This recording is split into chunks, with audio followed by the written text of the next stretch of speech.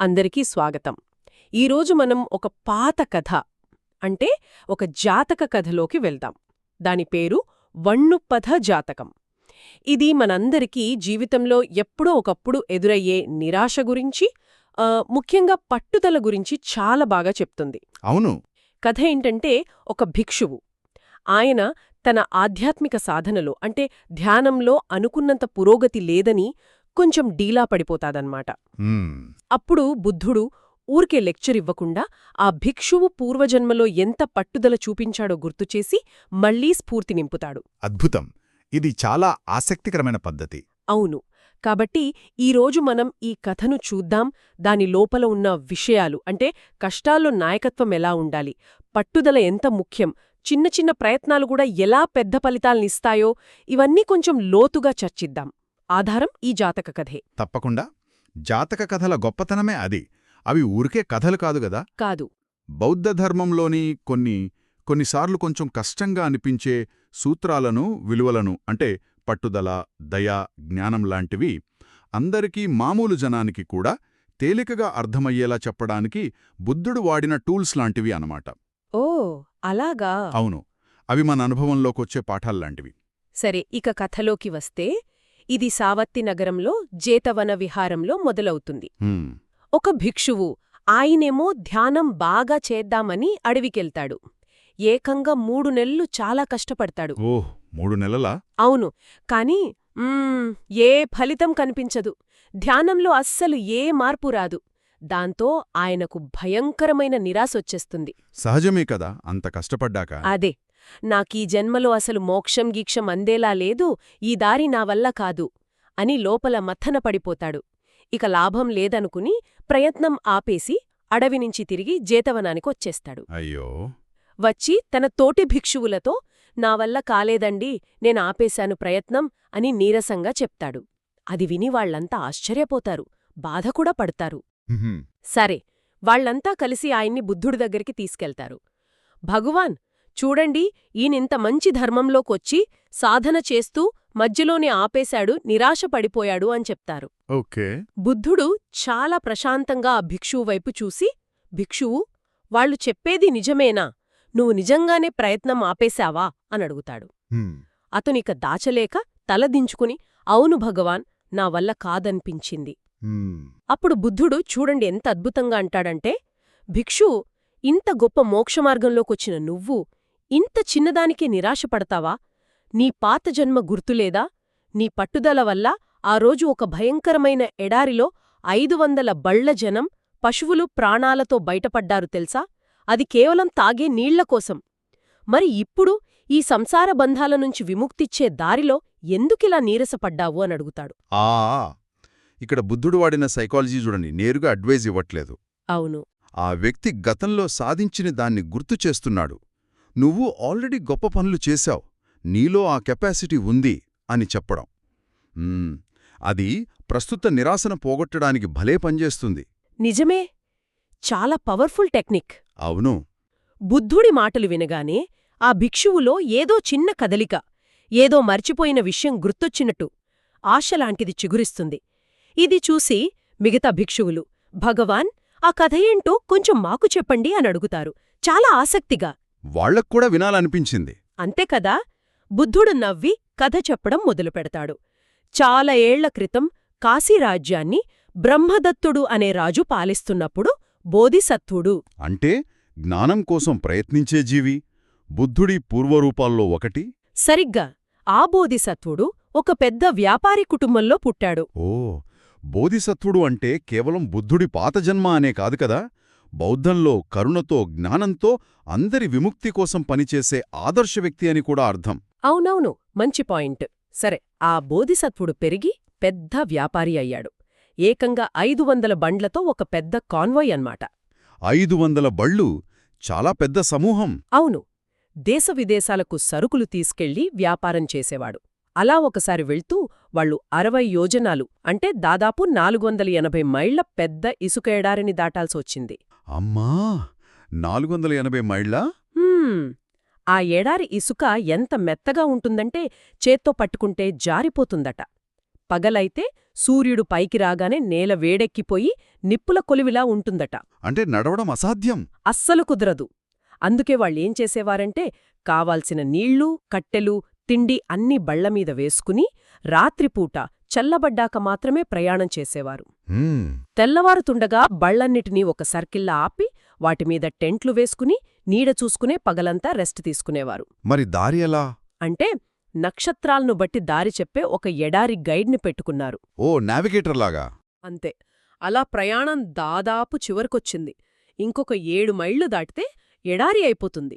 కాని ఆ చివరి రాత్రి పాపం ఆ గైడు ప్రయాణంలో అలసిపోయి తన బండిలోనే బాగా నిద్రపోయాడు. అయ్యో. కీలక సమయంలో. అవును. ఇక ఎద్దుల్ని నడిపేవాడు లేక అవి దాలి తప్పి తెలియకుండానే వచ్చిన దారినే వెనక్కి నడవడం మొదలుపెట్టాయి. Oh no. రాత్రంతా నడిచాక తెల్లవారుజామున ఆ గైడు ఉలిక్కిపడి లేచి ఆకాశం వైపు చూసి షాకయ్యాడు. నక్షత్రాలు తప్పుగా ఉన్నాయి. అయ్యో, బళ్ళు వెనక్కి తిప్పండి, మనం దారి తప్పాం, వెనక్కి వెనక్కి అని అరిచాడు. గబగబా బళ్ళు తిప్పి వరుసలో పెట్టేసరికి పూర్తిగా తెల్లవారిపోయింది. అప్పుడు చుట్టూ చూస్తే జనాలకి అర్థమైంది. అరే, ఇదేంటి, ఇది నిన్న మనం ఉన్న చోటే కదా, అయ్యయ్యో మన దగ్గర నీళ్లు లేవు, కట్టెల్లేవు, అన్నీ అయిపోయాయి, మళ్ళీ వెనక్కే వచ్చేశాం, ఇంక మనకు చావే గతి అని భయంతో నిరాశతో శక్తి అంతా పోయి బళ్లకింద పడిపోయారు. ఇది చాలా సహజం. ఇలాంటి సిచ్యువేషన్లో గ్రూప్ పానిక్ అంటాము కదా. భయం, నిరాశ ఒకరి నుంచి ఒకరికి పాకేస్తుంది. ఇక్కడే లీడర్ ఎంత స్ట్రాంగ్గా ఉండాలనేది తెలుస్తుంది. కరెక్ట్. సరిగ్గా అదే జరిగింది. అందరూ ప్రాణాల మీద ఆశ వదిలేసుకుని పడి ఉంటే ఆ బోధిసత్వుడు మాత్రం నిబ్బరంగా ఉన్నాడు.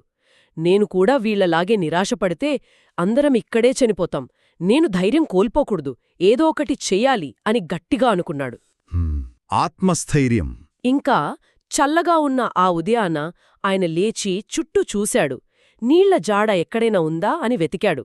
అలా చూస్తుండగా ఒకచోట మిగతా అంతా ఎండిపోయున్నా అక్కడ మాత్రం ఒకచోట గుంపుగా పచ్చటి కుషగడ్డి అంటే దర్భగడ్డి పెరిగుండటం చూశాడు.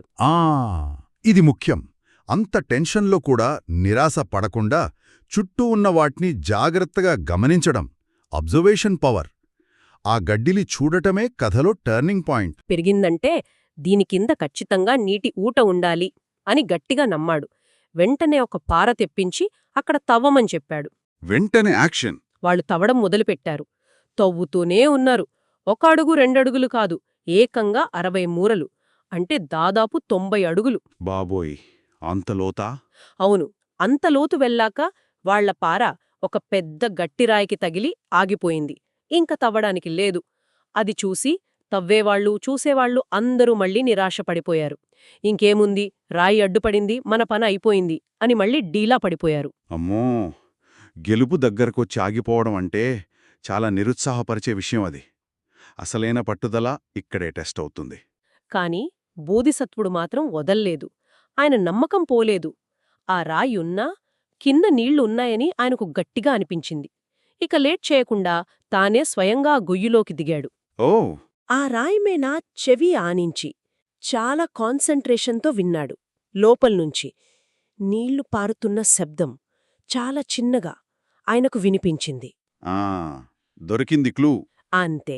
ఆయన కళ్లల్లో ఆశ. వెంటనే పైకొచ్చాడు. తన వాళ్లలో ఒక సేవకుణ్ణి పిలిచాడు. ఈ సేవకుడే ఇప్పుడు మనం మాట్లాడుకుంటున్న ఆ నిరాశపడ్డ భిక్షు అన్నమాట. Interesting connection. సేవకుడి భుజం తట్టి ధైర్యం చెప్తూ, నైనా చూడు, ఇప్పుడు నువ్వు నిరాశపడితే అందరం పోతాం. ధైర్యం తెచ్చుకో, నీలో బలముంది. ఇదిగో ఈ ఇనుప సుత్తి తీసుకో, గొరియలోకి దిగి ఆ రాయిని నీకున్న శక్తి అంతా ఉపయోగించి ఒక్క దెబ్బ కొట్టు అని ఎంకరేజ్ చేశాడు. లీడర్షిప్ అంటే ఇదే. దారి చూపడమే కాదు, సరైన టైంలో సరైన మనిషిని గుర్తించి వాళ్లలో కాన్ఫిడెన్స్ నింపి పనిచేయించడం కూడా. ఆ ఎంకరేజ్మెంట్ లేకపోతే ఆ సేవకుడు కూడా మిగతా వాళ్లలాగే ఉండిపోయేవాడేమో. నిజమే. మిగతా వాళ్ళందరూ మా వల్ల కాదు అన్న చోట ఆ ఒక్క సేవకుడు మాత్రం తన యజమాని మాట మీద నమ్మకంతో, ధైర్యంగా, పట్టుదలతో ఆ గొయ్యిలోకి దిగాడు. తన బలమంతా కూడదీసుకుని ఆ సుత్తితో రాయి మీద గట్టిగా కొట్టాడు. టప్! ఒక్క దెబ్బ! ఆ పెద్ద రాయి బద్దలై 2 ముక్కలై పక్కకు పడింది. అంతే, ఆ గొయ్యిలోంచి నీళ్లు భూమిని చీల్చుకుంటూ ఒక తాటి చెట్టు అంత ఎత్తు పైకి ఉవ్వెత్తున ఎగిసిపడ్డాయి. వావ్! ఆ సీన్ చూసి అక్కడున్న వాళ్ళంతా ఆనందంతో కేకలు పెట్టారు. నీళ్లు నీళ్లు అని ఆ బావి చుట్టూ చేరారు. అందరూ కడుపు నిండా తాగారు, స్నానాలు చేశారు, బతికిపోయామని ఊపిరి పీల్చుకున్నారు. ఎంత రిలీఫ్ కదా! అవును. తర్వాత వాళ్ళ బండి ఇరుసులు, కాడి కర్రల్లాంటివి విరిచి మంట పెట్టి వంట చేసుకున్నారు. ఎద్దులక్కూడా నీళ్లు పెట్టి మేత వేసి వాటికి శక్తినిచ్చారు. సాయంత్రం ఆ బావి దగ్గర గుర్తుగా ఒక జెండా పాతి కొత్త ఉత్సాహంతో ప్రయాణం కొనసాగించి సేఫ్గా గమ్యం చేరారు. అక్కడ వాళ్ల సరుకులు డబుల్ ట్రిపుల్ లాభాలకమ్ముకుని బోలెడు డబ్బుతో ఊరికి తిరిగొచ్చారు. అద్భుతం! అయితే ఈ సక్సెస్ కేవలం బోధిసత్వుడి లీడర్షిప్ వల్లే రాలేదు. ఆయన అబ్జర్వేషన్, నమ్మకం, ఎంకరేజ్మెంట్ ఎంత ముఖ్యమో. అవును. ఆ ఒక్క సేవకుడి ఆజ్ఞ పాటించడం, ధైర్యం, ముఖ్యంగా ఆ లాస్ట్ మినిట్లో చూపిన ఆ పట్టుదల, అది కూడా అంతే ముఖ్యం. లీడర్ ప్లాన్, ఫాలోవర్ యాక్షన్ కలిస్తేనే రిజల్ట్ వస్తుంది. ఇవి రెండూ అవసరం. చాలా బాగా చెప్పారు. ఈ కథ చెప్పడం అయ్యాక బుద్ధుడు అందర్నీ ఉద్దేశించి ఒక గాథ, అంటే పాలీలో ఒక పద్యం చెప్పాడు. హ్మ్, అఖిలాసునో వణ్ణుపదే కణంత ఉదంగనే తత్థపపం అవిందుం ఏవం ముని విరియబలూపపన్నో అఖిలాసు విందే హదేస సంతింతి. ఆహా! ఇది చాలా గొప్ప గాథ. దీని అర్థమేమిటంటే కొంచెం విడమరచి చెప్తాను. చెప్పండి. ఎలాగైతే అలసట లేనివాళ్లు, అఖిలాసునో అంటే సోమరతనం లేకుండా, ఇసుకదారిలో, వణ్ణుపథే అంటే కష్టమైన దారిలో, తవ్వినవాళ్లు, ఖణంతా అంటే ప్రయత్నించినవారు, ఆ బయట ప్రదేశంలో ఉదంగణే తాగే నీటిని, పపం అంటే ఫలితాన్ని, జీవాన్ని కనుక్కున్నారో అవిందుం, అలాగే ఏవం ప్రయత్నమనే బలంతో ఉన్నవాడై, విర్య బలూపపన్ను అలసట లేనివాడై అఖిలాసు పట్టుదలతో, ముని అంటే జ్ఞాని, సాధకుడు, తన హృదయంలో శాంతిని, హదయస్స సంతినంటే నిర్వాణం, అసలైన శాంతిని పొందుతాడు విందే. ఓ, అంటే లౌకిక ప్రయత్నానికి ఆధ్యాత్మిక సాధనకు పోలిక అన్నమాట. ఇక్కడ ముని అంటే ఎవరు సరిగ్గా? సన్యాసేనా? మంచి ప్రశ్న అడిగారు. బౌద్ధంలో ముని అంటే కేవలం కాషాయం కట్టిన వాళ్లే కాదు.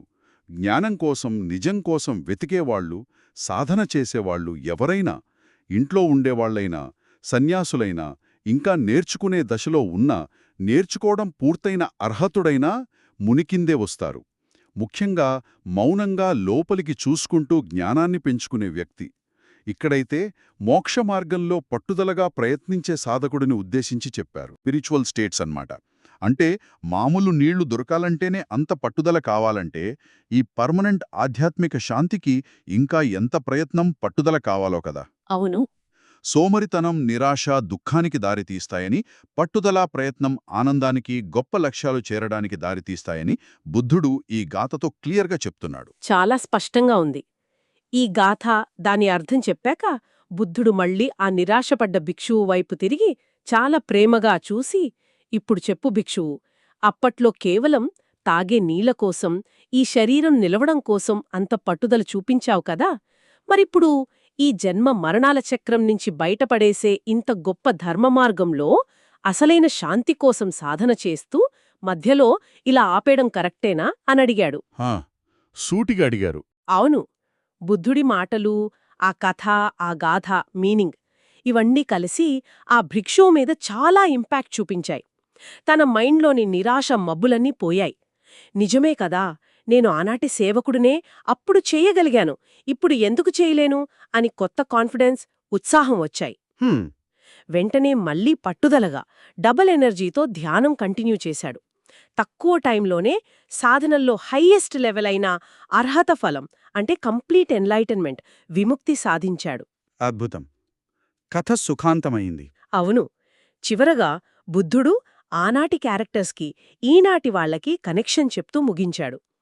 ఆ రోజు పట్టుదలగా ఆ రాయిని పగలగొట్టి అందర్నీ కాపాడిన సేవకుడే ఇప్పుడు మీ ముందున్న ఈ భిక్షువు నిరాశను గెలిచి అర్హుతుడయ్యాడు. ఆనాటి ఆ 50,000 బల్ల జనమంతా ఇప్పుడు నా ధర్మాన్ని ఫాలో అవుతున్న మీరంతా బుద్ధుని సంఘం. ఇక ఆ రోజు ఆ గ్రూప్కి లీడర్గా ఉండి నీలజాడ కనిపెట్టిన ఆ బోధిసత్వుడినే ఈనాటి నేనే బుద్ధుడు. ఆహా, ఈ కనెక్షన్ చాలా బాగుంది. ఇది కేవలం కర్మ సిద్ధాంతం, పునర్జన్మ గురించే కాదు, కాదు కదా? అంతకు మించి ప్రతి ఒక్కర్లోనూ ఏదో ఒక రూపంలో గొప్ప శక్తి, కెపాసిటీ ఉంటుందని గుర్తుచేస్తుంది. అది గత జన్మ నుంచి రావచ్చు, లేదా ఈ జన్మలోనే మనం డెవలప్ చేసుకోవచ్చు. సరైన మోటివేషన్, గైడెన్స్ దొరికితే, ముఖ్యంగా మన సొంత పట్టుదల ఉంటే, ఆ పవర్ని బయటకు తీసి నమ్మలేని విజయాలు సాధించవచ్చని ఇది చూపిస్తుంది. అద్భుతం. నిజంగా స్ఫూర్తినిచ్చే కథ. మరి ఈ వన్నుపత జాతకం నుంచి మనం మెయిన్గా నేర్చుకోవాల్సిందేంటంటే, పరిస్థితులు ఎంత కష్టంగా ఉన్నా, ఇంకవ్వదు అనిపించినా, నిరాశపడినా పట్టుదలను మాత్రం వదలకూడదు. ప్రయత్నిస్తూనే ఉండాలి. ఖచ్చితంగా. మన లైఫ్ జర్నీలో కూడా ఇలాంటి ఎడారులొస్తాయి. అడ్డంకులు, ఫెయిల్యూర్స్, నిరాశలు.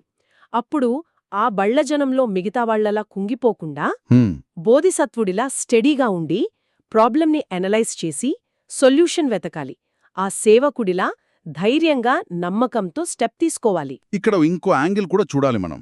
బోధిసత్వుడి లీడర్షిప్, అబ్జర్వేషన్, మోటివేషన్ ఎంత ఇంపార్టెంటో, అంతే ఇంపార్టెంట్. ఆ సేవకుడి పర్సనల్ కరేజ్, ఆ చివరి నిమిషంలో చూపిన పట్టుదల కూడా అంతే ఇంపార్టెంట్.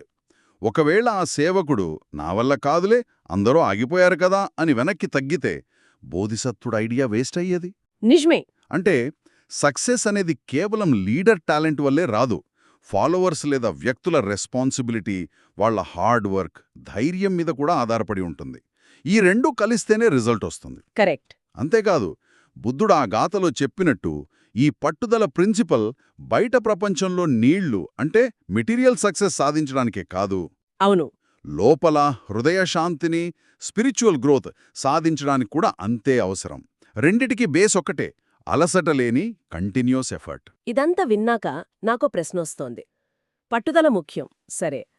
కానీ గుడ్డిగా పట్టుదల ఉంటే సరిపోతుందా? అంటే బోధిసత్వుడు కరెక్ట్గా గడ్డిని గమనించి రాయి కింద నీళ్ల శబ్దం విన్నాడు కదా, ఆ తెలివి, పరిశీలన కూడా కావాలి కదా? అవును, కావాలి. అలాగే ఆ సేవకుడికి లైట్ టైంలో బోధిసత్వుడి నుంచి మోటివేషన్, గైడెన్స్ దొరకడం కూడా చాలా కీలకమైంది. నిజమే.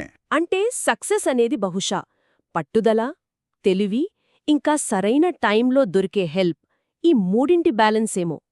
మన లైఫ్లో ఈ మూడింటిని ఎలా బ్యాలెన్స్ చేసుకోవాలి, ఇది కొంచెం ఆలోచించాల్సిన విషయమే కదా.